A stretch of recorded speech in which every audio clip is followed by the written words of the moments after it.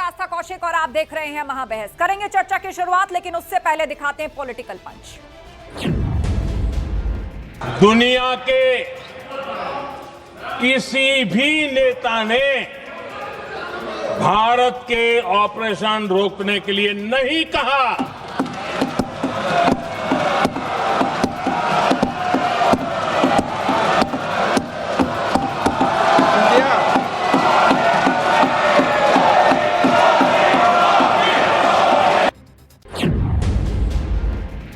पाकिस्तान को बचाने का इनका ये षड्यंत्र आज 130 करोड़ लोग जान रहे हैं। बच नहीं पाओगे आप लोग, बच नहीं पाओगे। ये क्या है माननीय, किस तरह की पॉलिटिक्स?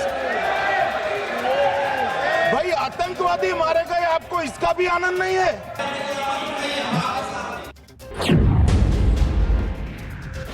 अध्यक्ष महोदय, यह सिंदूर की लाली शौर्य की कहानी है। यह सिंदूर की लाली शौर्य की कहानी है, भारत के मस्तक पर वीरता की निशानी है।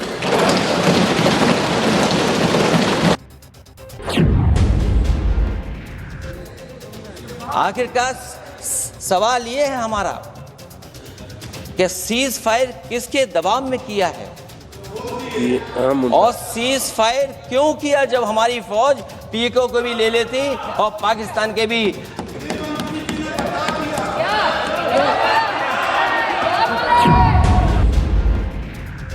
कोई इंतजाम नहीं था, ना सुरक्षा का ना फर्स्ट एड का। इन लोगों को भगवान भरोसे छोड़ दिया गया। ये लोग वहां पे इस सरकार के भरोसे गए और इस सरकार ने उन्हें भगवान भरोसे छोड़ दिया। चीफ डिफेंस स्टाफ ने यह बात कही कि हमारे लड़ाकू विमान गिरे हैं, तो लड़ाकू विमान तो गिनती के हैं। आज नहीं तो कल तो पता ही चल जाएगा कि कितने लड़ाकू विमान गिरे। ये सीज फायर की घोषणा हमारे प्रधानमंत्री ने नहीं की, विदेश मंत्री ने नहीं की, रक्षा मंत्री ने भी नहीं की, बल्कि वाशिंगटन से अमेरिका के राष्ट्रपति ट्रंप ने की। The government of India informed the government of Pakistan that we have no political will. We don't want to fight. We have done this. We have just done this action. Surrender. Immediate surrender in 30 minutes. तो operation सिंदूर पर संसद में सबसे बड़ी बहस शुरू हुई तो गृह मंत्री अमित शाह ने विपक्ष और देश के सामने पहलगाम के इंतकाम का पूरा हिसाब रख दिया। साथ ही ऑपरेशन महादेव में दोषी आतंकियों के सफाई की पुष्टि भी कर दी। इसके अलावा तंज करते हुए कहा कि विपक्ष आतंकियों की मौत पर खुश नहीं दिखा, बल्कि इनके चेहरों पर स्याही पड़ गई। अखिलेश यादव और राहुल गांधी ने सदन में अपनी बात रखी तो ट्रंप के हस्तक्षेप, सीज फायर और इंटेलिजेंस फेल्योर जैसे तीखे तंज किए, जिसके जवाब में प्रधानमंत्री नरेंद्र मोदी ने पाकिस्तान पर सबसे बड़ी स्ट्राइक का लेखा जोखा रखा और साफ कर दिया कि सीज फायर के लिए दुनिया के किसी नेता का कोई हाथ नहीं था, किसी नेता ने नहीं कहा। पीएम मोदी ने कहा कि कांग्रेस पहलगाम पर राजनीतिक मौका देख रही है। संसद में इस टक्कर के पीछे सवाल ये कि ऑपरेशन सिंदूर पर चर्चा क्यों सियासत का पर्चा, इसी पर आज की महाबहस करेंगे। गेस्ट पैनल हमें ज्वाइन कर रहा है। आलोक अवस्थी जी हमारे साथ हैं, बीजेपी प्रवक्ता। सचिन रावत जी जुड़ गए हैं, कांग्रेस के प्रवक्ता। मेजर रिटायर्ड मोहम्मद अली शाह हमारे साथ हैं, defence expert. Wing commander retired Alok Sahay ji हमें ज्वाइन कर रहे हैं। आप सभी मेहमानों का बहुत बहुत स्वागत है। शुरुआत कर रहे हैं चर्चा की। सचिन रावत जी, पहला सवाल आपका यही, बिल्कुल अभी माफ कीजिए, चर्चा की शुरुआत करेंगे। महाबहस के सवाल इस वक्त हमारे सामने आ चुके हैं। ऑपरेशन सिंदूर पर चर्चा, सियासत का पर्चा। जिस तरीके से लगातार सियासत हो रही है, वार पलटवार हो रहे हैं और राहुल बोले अगर ट्रंप झूठे तो क्यों नहीं बोलती सरकार। और अब से थोड़ी देर पहले आपने सुना होगा प्रधानमंत्री मोदी ने स्पष्ट कर दिया कि सीज फायर के पीछे दुनिया के किसी नेता ने कुछ नहीं कहा। मोदी का पलटवार, कांग्रेस को नहीं सेना पर भरोसा। घूम फिरकर सवाल वही आ जाता है कि क्या विपक्ष या कांग्रेस पार्टी सेना पर सवाल खड़े कर रही है। और चर्चा की शुरुआत करते हैं। सबसे पहले सचिन रावत जी, आपका सवाल, आपसे ये सवाल कि क्या कांग्रेस पार्टी के लिए ये मौका है, जैसा आरोप प्रधानमंत्री ने लगाया और कहा कि सेना पर भरोसा नहीं है, कांग्रेस पार्टी के सीनियर लीडर्स ऐसे बयान दे रहे हैं जैसे पाकिस्तान का पक्ष पढ़ रहे हों।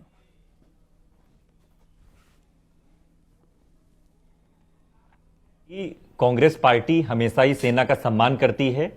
जब ऑपरेशन सिंदूर चल रहा था, पूरी कांग्रेस पार्टी, हमारे नेता श्री राहुल गांधी जी ने कहा कि हम सरकार के साथ में हैं और सेना के साथ में हैं। सेना को मुंहतोड़ जवाब देने की आवश्यकता है। सेना ने मुंहतोड़ जवाब दिया। हम लोगों ने पाकिस्तान को घर में घुस के मारा। इसके लिए मैं सेना का सम्मान भी करता हूं। लेकिन जिस तरह से भारतीय जनता पार्टी ने पूरे देश में ऑपरेशन सिंदूर के नाम पर वोट बटोरने की सियासत जारी की, जिसमें बड़े बड़े पोस्टर लगाए गए, आपने भी देखा होगा ऑपरेशन सिंदूर के, उसमें सिर्फ मोदी जी की तस्वीर थी, किसी सेना के एक सिपाही की, एक वहां के कमांडर की तस्वीर नहीं थी। क्या मोदी जी आज कमांडर के सेना राजनीति के लिए प्रधानमंत्री जरूर हो सकते हैं, लेकिन सेना पर नहीं होती है। वही मैं कहना चाह रहा हूं कि सेना राजनीति के लिए नहीं होती है, लेकिन भारतीय जनता पार्टी मोदी जी मुद्दों में इस तरह का बिल्कुल पोस्टर बॉय भारतीय बनाने जनता की पार्टी आवश्यकता मोदी है। जी, देखिए मैं वही कहना चाहता हूं कि पोस्टर बॉय कौन बन रहा है? प्रधानमंत्री जी बन रहे हैं। और उन्होंने ऑपरेशन सिंदूर के नाम पर जिस तरह से ओछी राजनीति करने का काम किया है, हम लोगों ने कहा, हम लोगों ने सदन में भी आज चर्चा में यही बात कही, राहुल गांधी जी ने भी कहा, प्रियंका गांधी जी ने भी यही कहा कि आखिर आपको किस चीज से डर लग रहा था, आपको किस चीज से यह बात लग रही थी, आपने किसके नाम पर वॉर रुकवा दी? जब हम लोगों की सेना ने कहा कि आज मुंहतोड़ जवाब दे देंगे, फिर एक आपके दोस्त डोनाल्ड ट्रंप वहां से सीज फायर का मैसेज आता है, उसके बाद वहां रुकता है। आज प्रधानमंत्री जी ने कहा ये बात, राहुल गांधी ये कह रहे थे ना संसद में कि क्यों नहीं, प्रियंका गांधी भी पूछ रही थी कि क्यों नहीं प्रधानमंत्री ये कहते कि भाई हाँ डोनाल्ड ट्रंप ने नहीं कहा था, संसद के अंदर कहा, उन्होंने कह दिया दुनिया के किसी नेता ने कुछ नहीं कहा था सीज फायर को लेकर। ये सेना का फैसला है। देखिए, अगर सीज फायर के लिए नहीं कहा, सीज फायर के लिए नहीं कहा था तो ट्वीट क्यों हुआ? ट्वीट किया गया या कराया गया, यह भी सवाल है। मैं तो यह कहना चाहता हूं, जिस डिनर में प्रधानमंत्री जी शामिल थे, उस डिनर में पाकिस्तान का वो नुमाइंदा शामिल था जिसके हाथों में खून था। तो मैं कह सकता हूं कि ऐसे लोगों का बाइकआउट करना चाहिए। अभी इंडिया पाकिस्तान का मैच होना चाहिए, मैच होने जा रहा है, उस मैच को भी बाइकआउट करना चाहिए। आज देखी गई, प्रियंका गांधी भी बोली, अखिलेश यादव बोले, राहुल गांधी बोले, मल्लिकार्जुन खड़गे बोले, और सब यही पूछ रहे हैं कि बहुत सारे ऐसे सवाल हैं, खास तौर पर वो घेर रहे हैं कि भाई सीज फायर क्यों हुआ, इसे लेकर सरकार पर एक तरफा हमला पूरे विपक्ष की तरफ से किसके कहने पर हुआ। और अब भी प्रधानमंत्री के संसद में बोलने के बाद यही सवाल बना हुआ है कि भाई डोनाल्ड ट्रंप ने क्या सीज फायर करवाया यहां पे, या अमेरिका के दबाव में आ गया देश? आस्था जी, भारत ने स्पष्ट कर दिया है कि हमने किसी की मध्यस्थता को स्वीकार नहीं किया। भारत बायलैटरल पर यकीन रखती है। भारत पाकिस्तान के बीच में किसी मध्यस्थ की आवश्यकता नहीं है। इस बारे में कई बार कहा जा चुका है। ऑपरेशन सिंदूर के ऊपर जहां बात हो रही है, भारतीय जनता पार्टी सरकार आने के बाद से 2016 में हमने सर्जिकल स्ट्राइक किया, 2019 में हमने बालाकोट स्ट्राइक किया, और हमने अभी ऑपरेशन सिंदूर किया।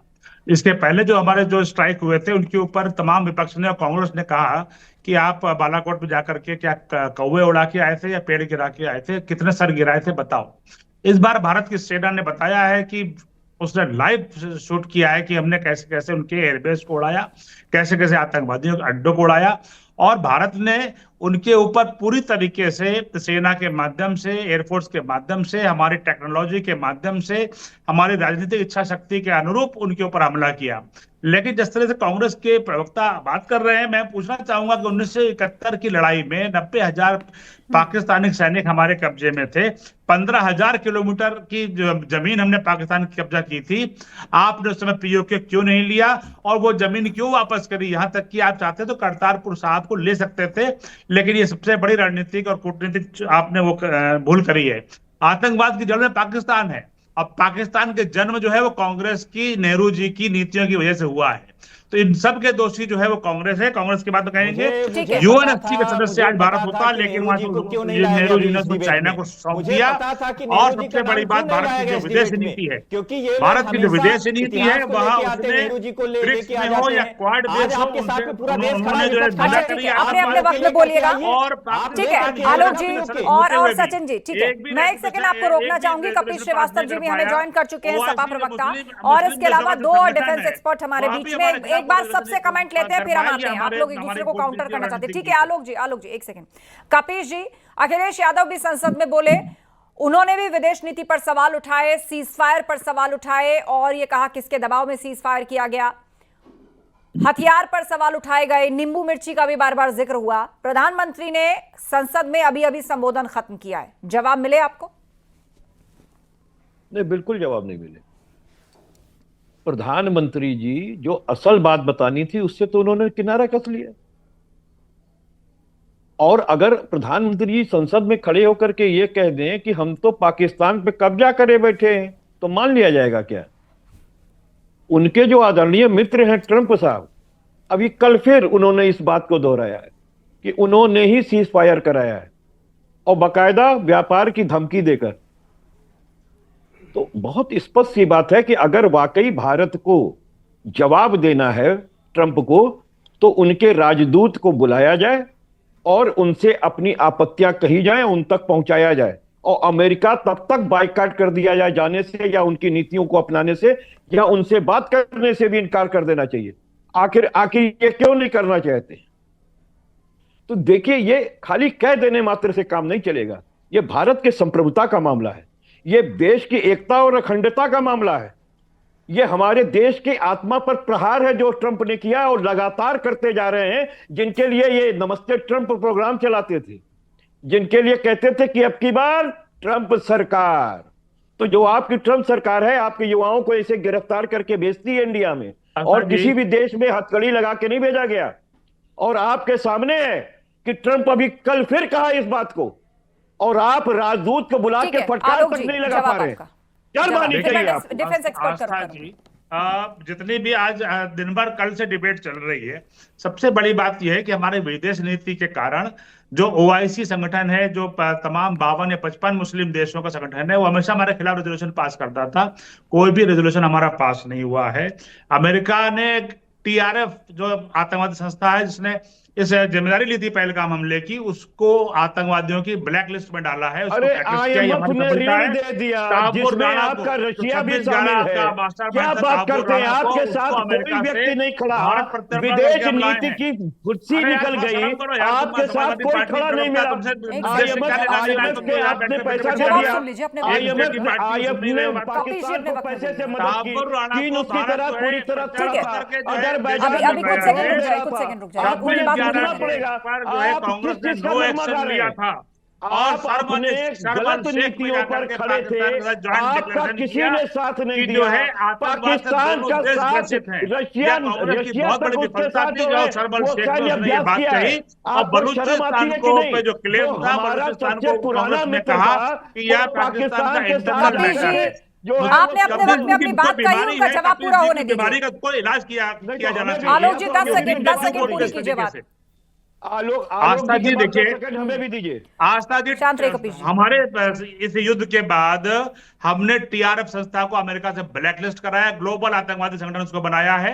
हमने तहावुर रावणा को, जो 26/11 का मास्टरमाइंड था, उसको अमेरिका से डिपोर्ट करके हम इंडिया लाए हैं, जो आज तक भारत नहीं कर पाया था। और कांग्रेस के ऊपर सबसे बड़ा प्रश्न चिन्ह है कि 26/11 के हमले के बाद कांग्रेस को हमारी सेना ने ऑफर किया था कि हमला कर सकते हैं पाकिस्तान पे, कांग्रेस ने हमला नहीं किया, अपनी पीठ दिखाई थी, सरेंडर किया था। और शर्म अल शेख में जो मीटिंग हुई थी भारत पाकिस्तान की, इस पर सचिन जी जरूर जवाब देना चाहेंगे, लेकिन मैं सपा कांग्रेस से मैं एक निवेदन करूंगी, कुछ सेकंड रुक जाइए। 2 डिफेंस एक्सपर्ट है, एक बार उनकी भी हम बात सुनेंगे। मेजर रिटायर्ड मोहम्मद अली शाह जी, यहां कांग्रेस पार्टी की तरफ से राहुल गांधी ने जो संसद में अपनी बात रखी, वहां पर सीडीएस पर उन्होंने सवाल खड़े किए, सीडीएस को कोट किया और कहा कि जब उन्होंने जहाज गिरने की बात मानी थी तो सरकार छिपा रही है। देखिए, सबसे बड़ी बात ये है कि सीडीएस साहब को कोट कर रहे हैं। सीडीएस साहब ने क्या कहा था? कुछ गलत बात नहीं कही थी उन्होंने। कभी ये मीडिया का बनाया गया था कि सीडीएस साहब ने कबूलनामा सामने आया है पहली मर्तबा, ऐसा कुछ नहीं हुआ था। उस बात को सेंसिटाइजेशन करने के लिए, और अगर कोई इस बात को कोट कर रहा है और इस बात को सामने रख रहा है, तो यानी कि वो उस मुद्दे को समझ ही नहीं पाया है, वो उस मुद्दे की बात समझता ही नहीं है। हमारे एक पायलट घर लौट के आए थे, सबसे बड़ी बात तो ये है, सारे पायलट लौट आए थे। और सीडी साहब ने क्या कहा था? सीडीएस साहब ने बिल्कुल सही बात की थी, उसको बड़ा चढ़ा के बहुत लोगों ने फिर ऐसा बना, ऐसा प्रोजेक्ट हुआ कि सीडीएस साहब ने कबूल कर दिया। भैया सीडीएस क्या कबूल किया था बताइए? अरे सुनिए साहब, सुन तो लीजिए आप, बताइए ना कि बीच में बोल रहे हैं आप, जब बोले एक बार बात पूरी होने दीजिए कपिल जी, आप रखिएगा बात अपनी, लेकिन उनको बोलने दीजिए। आपको तमीज नहीं है? जब आप बोले थे मैंने आपकी बोला नहीं, पूरा बोलने दीजिए। जब आप बोले थे मैंने आपको इंटरप्ट नहीं कपिल किया। जी पूरा बोलने दीजिए उनको। मैं सहमत नहीं था, इलॉजिकल बात कीजिए आपने। आपको अलग से समय मिलेगा, उनको फिलहाल पूरा बोलने दीजिए। और आपकी बात से मैं बिल्कुल सहमत नहीं था। अब वो सुरक्षा विषय तमीज नहीं है आपको? भाई डिफेंस एक्सपर्ट की बात पूरी होने दीजिए ना, आप बता दीजिएगा अपनी साइड का वर्जन, पहले उनको बोलने दीजिए। वो पेशेंस के साथ आपकी बात बेहद कर रहे शर्मनाक है समाजवादी पार्टी का रवैया कि वो देश के डिफेंस हैं। वो डिफेंस एक्सपर्ट हैं अपने एक्सपर्टाइज दे रहे हैं, जबकि वो और रिटायर्ड मेजर हैं, उनकी बात तो सुनिए। बताइए हिम्मत हो तो सीडीएस साहब ने ये कहा था शांत रहिए कपिल जी। कि हमको ये एनालाइज करना होगा कि हमारा और अच्छा परफॉर्मेंस कैसे सकते हैं। उनका मतलब ये था, आप जैसे लोग ये नहीं कहा, झूठ बोल रहे हैं। एक सेकेंड कपिल जी, अपने वक्त पे बोलिएगा। नहीं डिबेट का डेकोरम मेंटेन रखिए, मैं किसी का ऑडियो डाउन नहीं कराती हूं अंटिल लास्ट रिजॉर्ट लेफ्ट। भर पानी में झूठ डूब बोल रहे मरो। हैं। शांत रहिए आप, ठीक है। पीसीआर हमारे बीच में wing commander retired Alok Sahay जी भी हैं, उनसे भी टिप्पणी लेते हैं। आप दोनों शांत रहिए, मोहम्मद साहब आप भी और कपिल जी आप भी। आलोक सहाय जी, उस बंदे से हम क्या उम्मीद करें? आलोक सहाय जी की बात सुनाई जाएगी। आलोक जी, आशा जी जरा सा आप दूसरों लोगों का म्यूट करेंगे, क्योंकि मैंने कुछ भी नहीं बोला जब लोग बोल रहे थे। बोलिए सर, और आपकी मैं आवाज भी अपेक्षा नहीं करूंगा कि जी वो लोग बोले। किसी भी आदमी में अगर राष्ट्र के प्रति जरा सा भी प्रेम होगा, मैं फौजी आदमी हूं, राष्ट्र प्रेम हमारे अंदर खूनों में कूट कूट के भरा होता है। किसी भी भारतीय में अगर राष्ट्र प्रेम होगा तो वो भारत सरकार और भारत सेना से ये नहीं पूछता कि आपके कितने जहाज गिरे हैं, वो पूछता पाकिस्तान से कि तुम बोल रहे हो 5 मार के गिराए हैं, सबूत दिखाओ। अगर भारतीय खून है तो वो पाकिस्तान से पूछता, वो अगर भारतीय खून है तो वो अमेरिका से पूछता कि आप बोल रहे हो ना 5 जहाज गिरे हैं, 5 जहाज गिराने का दावा कौन कर रहा है? पाकिस्तान कर रहा है, अमेरिका कर रहा है। अगर वो दावा कर रहे हैं तो दावा करने वाले से सबूत नहीं मांगे जा रहे हैं, सबूत मांगा जा रहा है भारतीय सरकार से, भारतीय सेना से। और कुछ आप देखिए, आप किसी पार्टी को क्रिटिसाइज कीजिए, पूरी आलोचना कीजिए, आप पूरी आलोचना कीजिए कि प्रधानमंत्री का सिर्फ पोस्टर पर नाम क्यों है, सेना का शौर्य है, सेना का नाम होना चाहिए, वहां तक ठीक है। लेकिन जब आप अपने सेना और अपने सरकार और अपने देश के विरुद्ध बोलने लगते हैं तो मुझे तरस आता है कि आप कैसे वोट लेने लोगों के सामने जाएंगे। मतलब आप क्या ये कह समझते रहे हैं कि कि जनता, हर आप क्या सब्जेक्ट समझते हैं कि राजनीति करने जनता का नहीं बेवकूफ होता है? है, कम से कम दूसरी बात सेना आशा जी, के जो एक मसले छोटी सी होते बात, हैं, खास तौर पर जब दो देश आपस में युद्ध जैसी स्थिति में हो। आशा जी एक छोटी सी और बात, ये कुछ पार्टियां हैं, ओसामा जी और अफजल जी और लश्कर तोयबा का हेड उसको जी कह करके बोलते हैं हमारी सेना उनके सेना से लड़ रही है। शर्म है आपको? और वो जो बोलने वाले जी हैं वो आज पार्लियामेंट में मैंने देखा अग्रिम पंक्ति में बैठे हुए थे, मैं पार्टी का नाम नहीं लूंगा। सर 10 सेकंड, उसके बाद कई लोग बात रखना चाहते हैं अपनी। जी हाँ, तो मैं ये कहना चाहता हूं कि आप कम से कम पार्टी की आलोचना में, किसी भी पॉलिटिकल लीडर की आलोचना में आप देश और सेना की आलोचना कहां कर रहे हैं, इसको देखिए। कपिल जी, उसके बाद सचिन जी। देखिए, सबसे पहली चीज तो ये बता दें कि अभी हमारे माननीय मित्र ये बात को कह रहे थे, ये इलॉजिकल बात करता है, माननीय मित्र इस बात को कह रहे थे, इलॉजिकल बात करता है, हटाओ उसको। अरे कौन बदतमीज बोल रहा है बीच में? एक सेकंड, नहीं, एक दूसरे पर टिप्पणी नहीं करेंगे आप, टिप्पणी नहीं करेंगे। मैं जिसका नाम लूंगी उसकी आवाज जाएगी। एक दूसरे पर कोई पर्सनल टिप्पणी नहीं करेगा। कपिल जी बात पूरी कीजिए और उसके बाद सचिन जी। देखिए, ये तो आपको इसी से पता चल गया कि जो बीच में अभी बोल रहे थे वो कोई सेना के संबंध में सैनिक नहीं रहे हैं कभी, हमें ऐसा लगता है, वरना वो पॉलिटिकल नहीं होते। दूसरी बात मैं आपको कह दूं कि अभी हमारे माननीय मित्र जो कर्नल साहब बैठे हैं वो क्या कह रहे थे कि कभी भी देश और सेना के खिलाफ नहीं बोलना चाहिए। 70 साल के जो पराक्रम रहा है उसको नरेंद्र मोदी जी आज ही धो के पी रहे थे कि नहीं पी रहे थे? और अभी हमारे ये आलोक जी जिन्होंने कभी नाखून ना कटवाए आजादी के लिए, वो बता रहे थे कि 71 के युद्ध में आपने ये पा लिया था, वो पा लिया था, आपने क्यों नहीं ये कर लिया। गजब के लोग हैं। और ये नहीं सुन रहे हैं क्या? और हमें एक बात बताइए कि क्या सीडीएस साहब ने, नहीं सीडीएस साहब ने कंक्लूड करिए सचिन जी, उसके बाद में जवाब आलोक जी से कंक्लूड करिए कपिल जी। शोक प्रकट कर रहे थे, तुम कालनेमी अपने बाल मुड़वा लीजिए, आतंकवादी मारे गए। एक मिनट, आप लोग किस लेवल पर ले जा रहे हैं? कपिल जी डिरेल मत करिए, बिल्कुल मारे गए पाकिस्तान के। अपने सवाल उठाने हैं, सवाल पूछिए, इधर उधर के शब्दों का इस्तेमाल बिल्कुल नहीं होगा। मैं बिल्कुल म्यूट करा दूंगी जो फालतू शब्द बोलता नजर आया मुझे।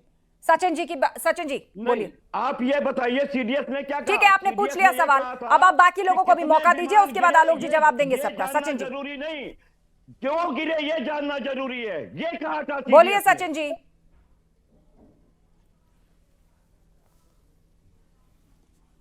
डिबेट का हिस्सा है और डिबेट हम लोग कर रहे हैं। अभी विंग कमांडर जी ने बड़ी बात कही, उन्होंने कहा कि जी शब्द से कोड किया गया आतंकवादियों को। मुझे कल ही मैंने वो देखा, केंद्रीय मंत्री लल्लन सिंह हैं जो भाजपा के केंद्रीय मंत्री हैं, उन्होंने आतंकवादियों को जी शब्द से कोड किया। विंग कमांडर साहब को ये मतलब मैं तो उनका साधुवाद दूंगा कि उन्होंने कम से कम नाम नहीं लिया, लेकिन मैं कह रहा हूं भाजपा के वो मंत्री हैं। तो इस तरह की भाषा, इस तरह की चीजें कौन करता है? भारतीय जनता पार्टी। अभी आलोक अवस्थी जी नेहरू जी को लेकर के आगे इस डिबेट में, मुझे पता था कि नेहरू जी को वो लेके आएंगे, इतिहास को लेके आएंगे, क्योंकि उनको वर्तमान की स्थिति जिस तरह सीज फायर हुई उस पर जवाब नहीं दे पाएंगे प्रधानमंत्री की तरीके। सचिन जी, तो मैं आज कह सकता हूं कि कब तक आप नेहरू जी को लेके आएंगे, कब तक इतिहास को लेके आएंगे? आज ऑपरेशन सिंदूर के मामले में जब चर्चा होती है, जब प्रियंका गांधी जी व्यक्तित्व दे रही होती है, पूरा मंत्रिमंडल गायब होता है, पूरा मंत्रिमंडल गायब होता है। देखिए, पूरा मंत्रिमंडल गायब होता है जब प्रियंका गांधी जी जवाब दे रही होती हैं, क्योंकि इस भारतीय जनता पार्टी को अपनी पीठ, अपनी वाहवाही कराने में हमेशा मजा आती है। प्रधानमंत्री जी ने 90 मिनट का संबोधन दिया, 90 मिनट में वो ये नहीं बता पाए कि सीज फायर रुकवाई गई थी अमेरिका के द्वारा। भारत है और विश्व में भारत ने अपना डंका बजवाया है। हमने 9 आतंकी ठिकानों को 22 मिनट के अंदर तबाह कर दिया था। भागलपुर, सियालकोट, शेखपुरा, मुजफ्फराबाद और मरकज सुभान अल्लाह जैसे मरकज को उड़ाया, जिन्होंने 26/11 की जहां पे प्लानिंग हुई थी। 26/11 के आतंकवादियों का बदला हमने लिया और 100 से अधिक आतंकवादियों को मार के गिराया है। 11 पाकिस्तानी एयरबेस को तबाह किया है। ऑपरेशन सिंदूर से दक्षिण एशिया के अंदर भारत ने अपना प्रभुत्व स्थापित किया है, अपने रणनीतिक कौशल का परिचय दिया है। आज विदेश नीति की सफलता, हमारा सारे लोग हमारे देश के साथ खड़े हैं। यूएनएससी का मेंबर है पाकिस्तान, एक भी वहां पर प्रस्ताव नहीं ला पाया हमारे खिलाफ।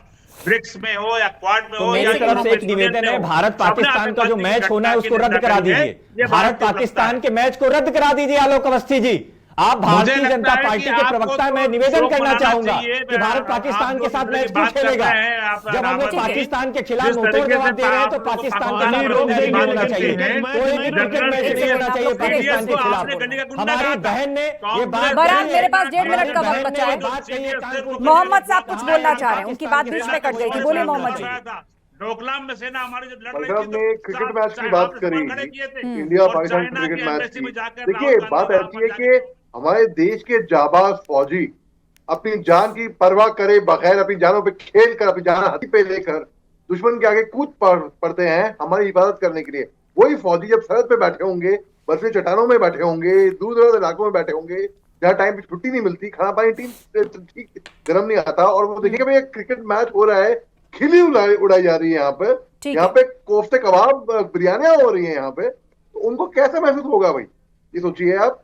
तो भाई साहब ने यहाँ पे क्रिकेट मैच की बात की ना, इस तरह की बात देश के अलग अलग वर्गों से सामने आ रही है और लोग इस पर सवाल खड़े कर रहे हैं कि क्या इस तरह मैच खेलना भारत पाकिस्तान का सही है। लेकिन बहरहाल जो आज का विषय संसद के अंदर ऑपरेशन सिंदूर पर चर्चा रही, उसमें ट्रंप के हस्तक्षेप से लेकर सीज फायर, विदेश नीति और इंटेलिजेंस फेल्योर जैसे तीखे तंज विपक्ष ने किए हैं। आप सभी मेहमानों का शुक्रिया इस चर्चा में शामिल होने के लिए, जिसके जवाब में प्रधानमंत्री नरेंद्र मोदी ने पाकिस्तान पर सबसे बड़ी स्ट्राइक का लेखा जोखा रखा और साफ किया कि सीज फायर के लिए दुनिया के किसी नेता ने नहीं कहा। पीएम मोदी ने कहा कि कांग्रेस पहलगाम पर राजनीतिक मौका देख रही है। अब संसद में इस टक्कर के पीछे सवाल ये कि ऑपरेशन सिंदूर पर चर्चा क्यों सियासत का पर्चा। महाबहस में इतना ही। खबरें जारी हैं, बने रहिए हमारे साथ।